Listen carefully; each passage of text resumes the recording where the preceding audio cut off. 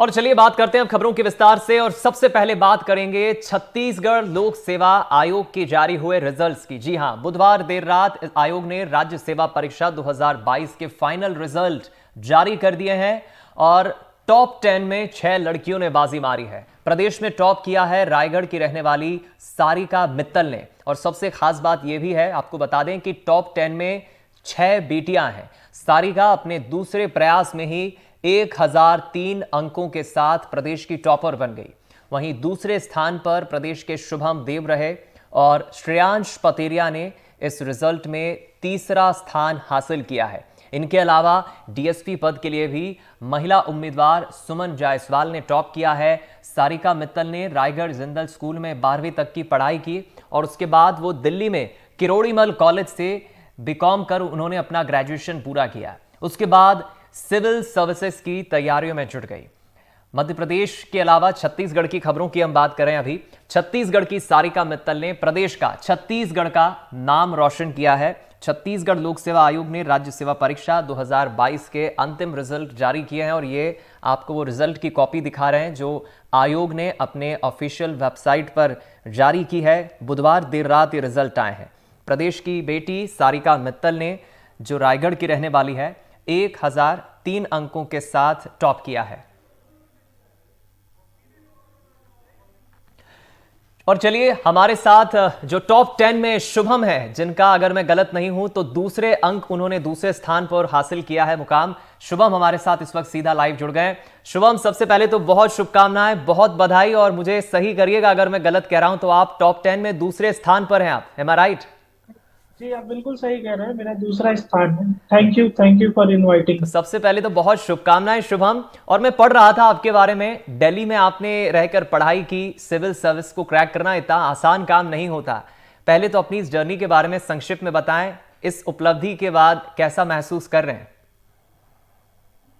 हाँ सर, हाँ, मेरी तैयारी मैंने 2017 से चालू की। मैंने यूपीएससी के अटेम्प्ट्स दिए और मैंने इंटरव्यू भी दिया 2020 में यूपीएससी का।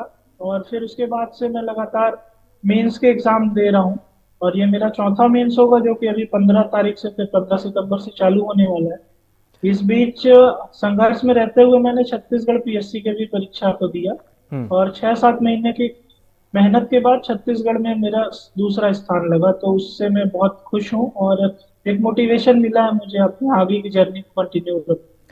शुभम, मुझे जानकारी मिली कि आपके बड़े भैया छत्तीसगढ़ के मुंगेली के कलेक्टर हैं और आपकी भाभी जो हैं वो एसपी हैं। तो क्या भैया और भाभी से, कलेक्टर और एसपी से आपको प्रेरणा मिली? सर, वो दोनों मेरे लिए हमेशा मोटिवेशन का सोर्स रहे हैं और आगे भी रहेंगे। और सिर्फ कलेक्टर और एसपी के रूप में प्रेरणा नहीं, बल्कि एक अच्छे नागरिक के रूप में और एक काम करने वाले ऑफिसर्स के रूप में उनसे मुझे हमेशा प्रेरणा मिलती है। जी, बहुत अच्छी बात कही। आप बने रहें शुभम। हमारे साथ सारिका मित्तल भी इस वक्त जुड़ गई हैं, जो प्रदेश में टॉप जिन्होंने किया है।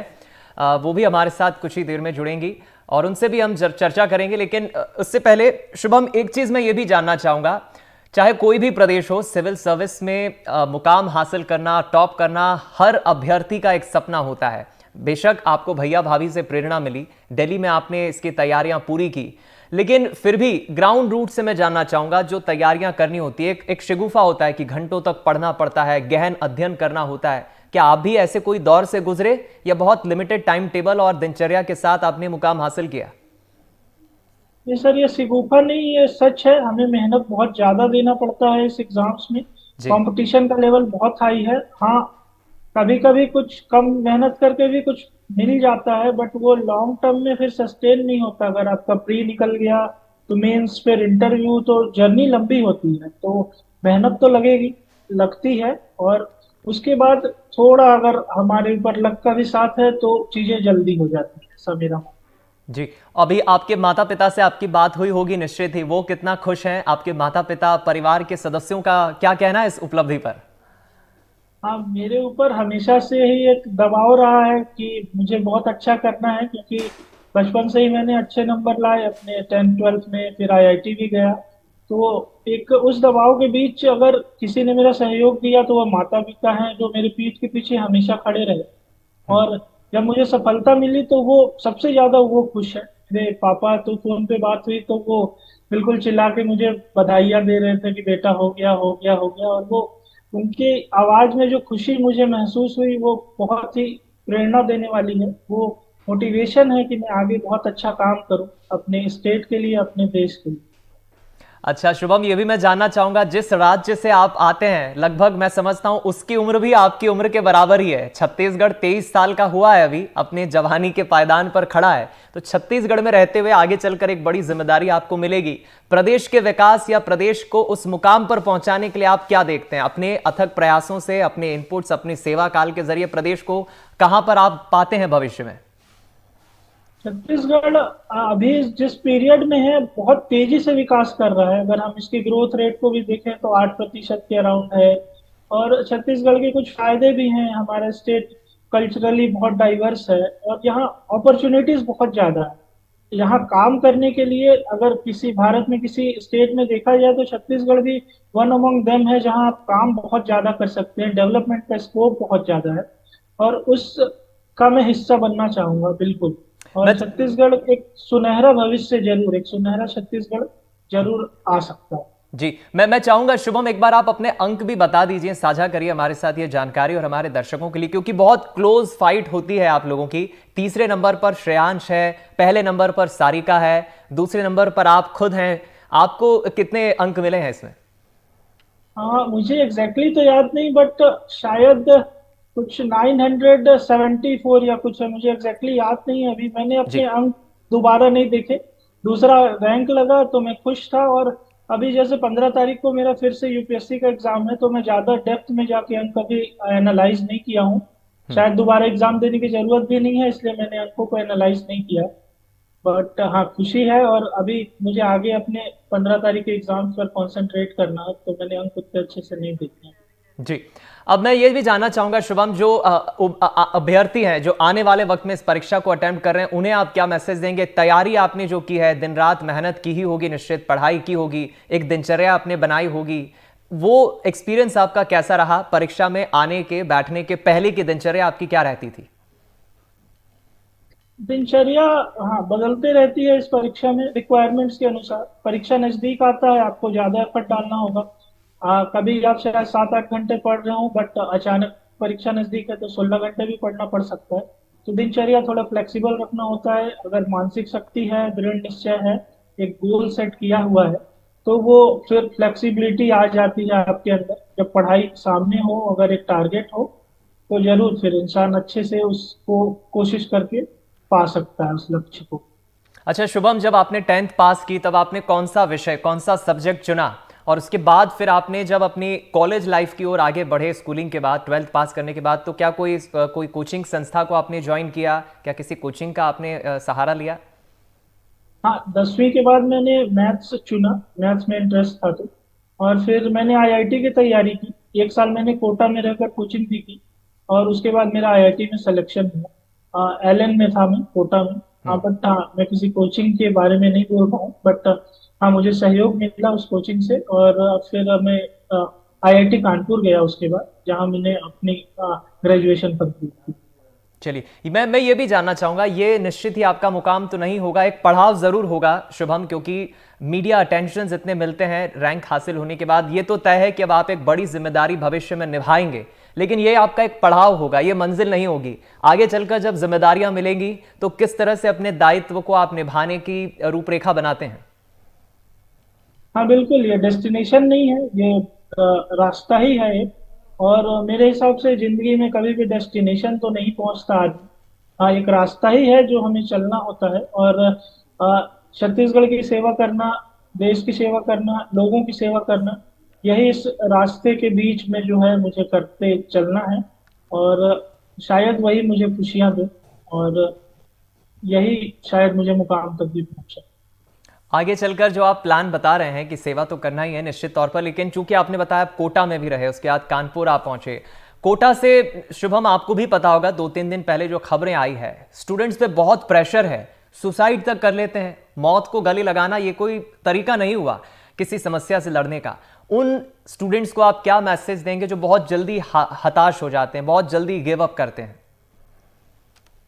इसमें मैं कल्प्रिट या दोषी स्टूडेंट्स को नहीं बल्कि हमारे समाज को मानता हूँ, जहाँ जो स्ट्रक्चरल कॉजेज हैं, जो बच्चों को एक फोर्स बहुत ज्यादा पड़ जाता है। फिर चेंजेस जो आ रहे हैं मॉडर्निटी के साथ, सोशल मीडिया पे हाइप चल रहा है, बच्चों पे प्रेशर अलग अलग तरीके के पड़ रहे हैं, वो सारी चीजें उनकी मानसिकता पर बहुत गहरा प्रभाव डालती हैं। साथ ही साथ अगर हम कोचिंग्स के साथ उनकी काउंसलिंग सर्विसेज स्टार्ट रखें, खेल कूद के उनके साधन दें, योगा अगर हम उनके करिकुलम में इंक्लूड करें, तो वो बेहतर किया जा सकता है। स्टूडेंट से इंटरेक्शन बहुत जरूरी है।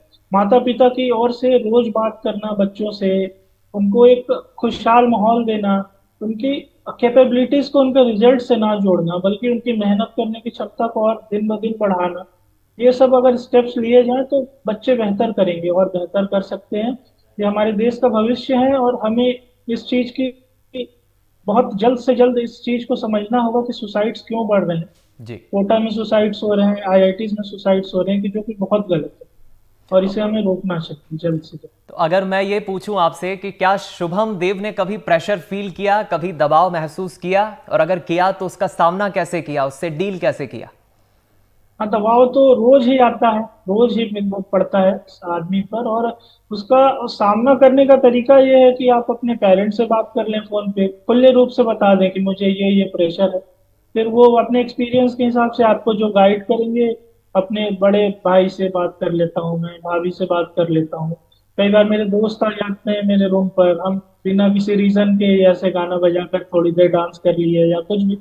तो वो सारी चीजें आप जिंदगी का एहसास कराती हैं कि जीवन सिर्फ एक पढ़ाई का लक्ष्य ही नहीं बल्कि और भी चीजें हैं, और वो आपको मोटिवेटेड भी रखती हैं, आपकी पढ़ाई में भी फायदा करती हैं। शुभम, कभी आपका आईएएस की तरफ रुझान नहीं आया? ठीक है, आप छत्तीसगढ़ के हैं, लेकिन क्या आपका कभी आईएएस को लेकर कभी कोई एक विजन नहीं बना? क्योंकि अब आप जो सेवाएं देंगे, जो जिम्मेदारी भविष्य में संभालेंगे, वो प्रदेश के लिए होगी, छत्तीसगढ़ के लिए होगी। आईएएस की ओर मेरा रुझान रहा है सर। मैंने 2017 से फिर उसके बाद 18, 19, 20 सब हर साल दिया है मैंने यूपीएससी के एग्जाम्स। मैंने एक बार इंटरव्यू भी दिया है और ये चौथा मेंस है मेरा जो 15 तारीख से चालू होने वाला है। तो उधर रुझान रहा है और मैं उसकी कोशिश कर रहा हूँ सर। अभी वो अच्छा। मुकाम तक पहुंचा नहीं हूँ लेकिन कोशिश जारी है। अच्छा, राजनीति को कितना पसंद करते हैं शुभम आप? देश की सियासत, देश की राजनीति, सरकारें आती जाती है, मैं किसी पॉलिटिकल पार्टी पे नहीं जा रहा हूं, लेकिन राजनीति, इसको लेकर आप क्या मत रखते हैं? मुझे लगता है देश की हर युवा को राजनीति में रुझान रखना चाहिए, क्योंकि राजनीति ही है जो हमारे देश को एक डायरेक्शन देती है। और अगर हम इससे दूर भागेंगे तो इससे देश का उद्धार कभी नहीं होगा। राजनीति में अच्छे लोग अभी भी हैं और भी अच्छे लोगों की जरूरत है। हमारे देश के युवा जो हैं अगर वो राजनीति में घुसें, राजनीति में पार्ट लें, समस्याओं को समझें और उसे सुलझाने की कोशिश करें तो और बेहतर होगा। चलिए, आप बने रहें शुभम, और आपके साथ साथ आपके पहले आने वाली, प्रदेश में टॉप करने वाली सारिका मित्तल भी हमारे साथ जुड़ गई हैं। सारिका को मैं देख पा रहा हूं। सारिका, सबसे पहले तो बहुत शुभकामनाएं आपको। एनडीटीवी मध्य प्रदेश छत्तीसगढ़ की ओर से एक बड़ा मुकाम आपने हासिल किया है। छत्तीसगढ़ की बेटी ने आज इतना बड़ा नाम किया है। सबसे पहले ओपनिंग कॉमेंट, ओपनिंग रिमार्क, कैसा महसूस कर रही है इस उपलब्धि पर? बहुत अच्छा लग रहा है सर। परिवार वाले फ्रेंड्स सब बहुत खुश हैं। बहुत अच्छा लग रहा है। मैं पढ़ रहा था सारिका, आपने पहला जो अटेम्प्ट दिया था तब कोई तैयारी नहीं की थी, इसलिए आप निकल नहीं पाई, लेकिन दूसरे अटेम्प्ट के लिए आपने बाकायदा मेहनत की और उसका परिणाम ये रहा कि आपने प्रदेश में टॉप कर दिया।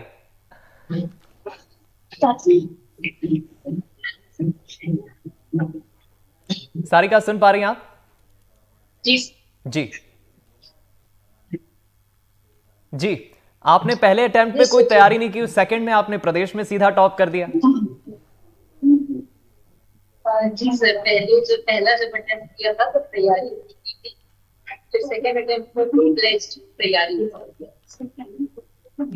अच्छा, स्कूलिंग के बाद आपने दिल्ली का रुख किया, दिल्ली से आपने तैयारी की, अपने कोचिंग, अपनी उस तैयारी को आप जरा जर्नी को शेयर करेंगे। स्कूलिंग के बाद आपने जो विषय लिया, सब्जेक्ट लिया, उसके बाद किस कोचिंग से आपने अपनी तैयारी शुरू की?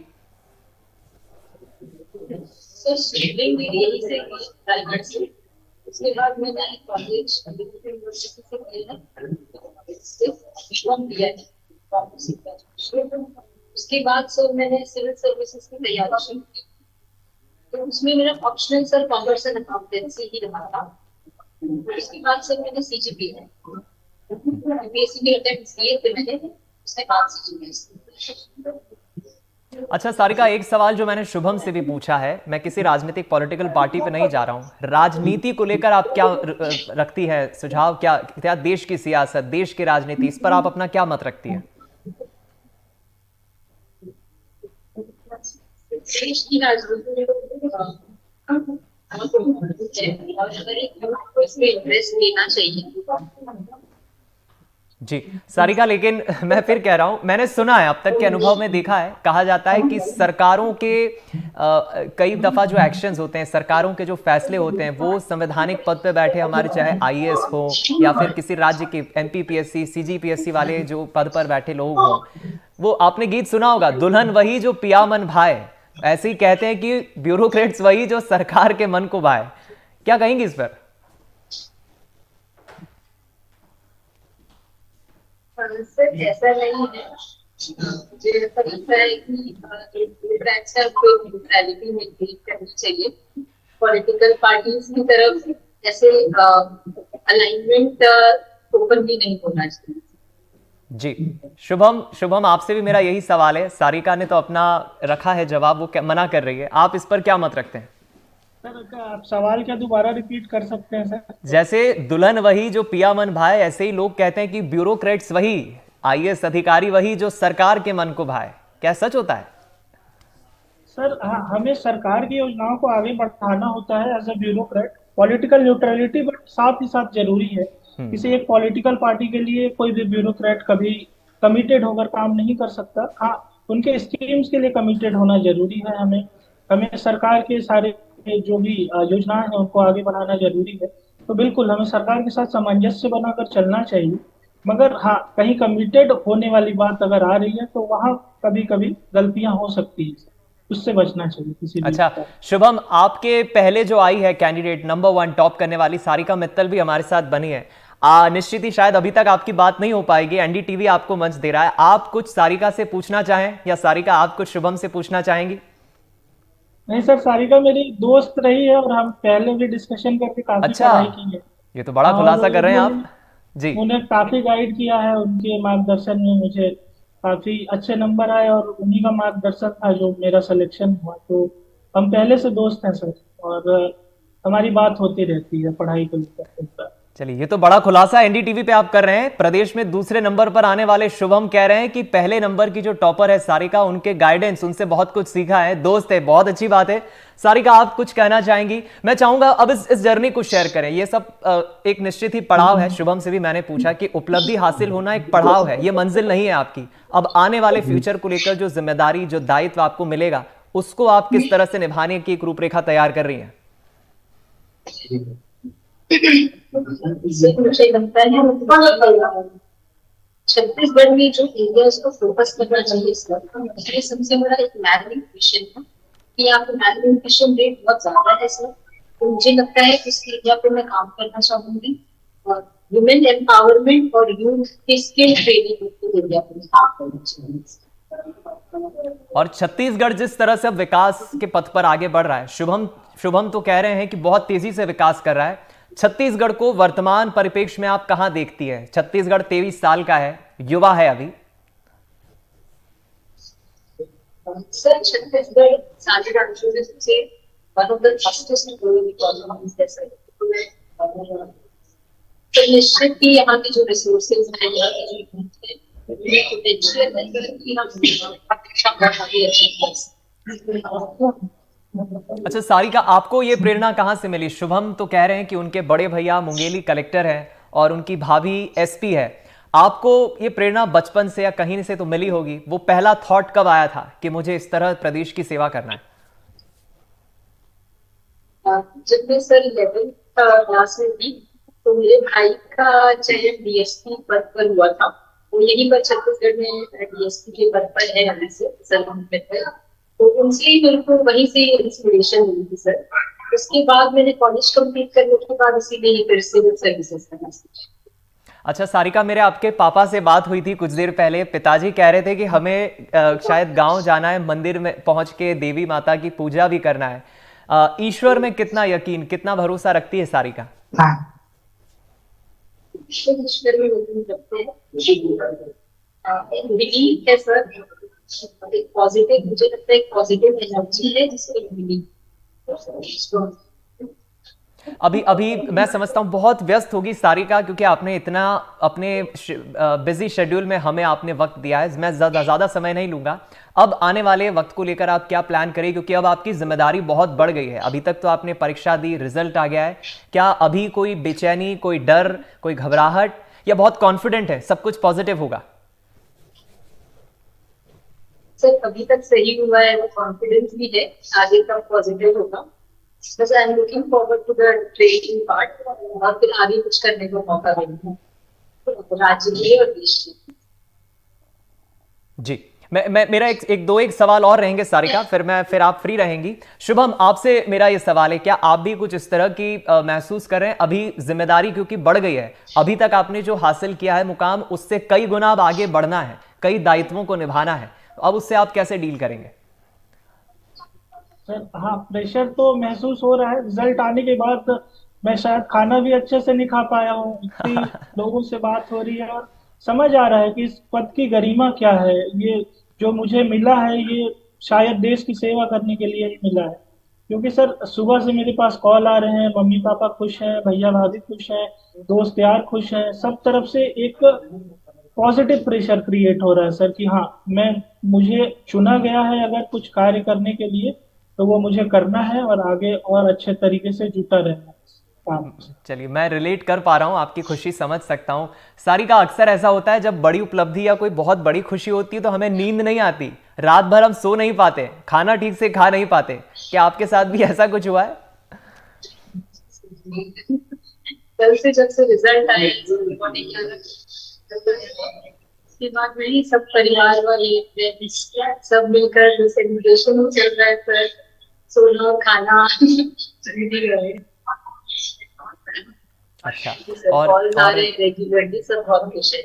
क्या क्या पसंद है वैसे जनरली खाने में? आप क्या खाती है? छत्तीसगढ़ का वैसे बोरे बासी, मैं जब 2 महीने पहले रायपुर आया था तो एक बड़ा छत्तीसगढ़ का एक पारंपरिक व्यंजन है। अपार्ट फ्रॉम दैट छत्तीसगढ़ी व्यंजन में, शुभम आपसे ही मेरा सवाल रहेगा, पहले सारिका आप बता दें, क्या पसंद करती है, क्या प्रेफर करती है खाने में?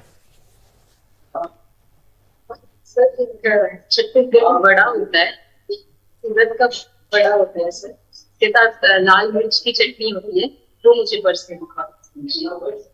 वाह, क्या बात है। शुभम, आप क्या प्रेफर करते हैं छत्तीसगढ़ी व्यंजन में? अगर मैं सिर्फ स्पेसिफिकली आपसे सवाल पूछूं तो क्या सबसे ज्यादा प्रेफर करते हैं आप? तो ना हमारे घर पर जैसे चिला हो गया और बड़ा हो गया जो छत्तीसगढ़ी व्यंजन है, उसके अलावा लकड़ी की चटनी कभी कभी, और हमारा मतलब एंसेस्ट्री बिहार से होने के कारण लिट्टी चोखा भी हम खाते हैं सर। तो ये सारी चीजें मुझे पसंद। चलिए, बहुत छोटा छोटा सा कमेंट, अब मैं ज्यादा समय नहीं लूंगा। 30-30 सेकंड में आप दोनों से मेरा सवाल, जाते जाते तमाम उन एस्पिरेंट्स, उन अभ्यर्थियों को आप क्या मैसेज देंगे जो आपसे आज सुन के, आपको देखकर प्रभावित हो रहे हो और इस परीक्षा में आने के बारे में प्लान कर रहे हो? सारिका।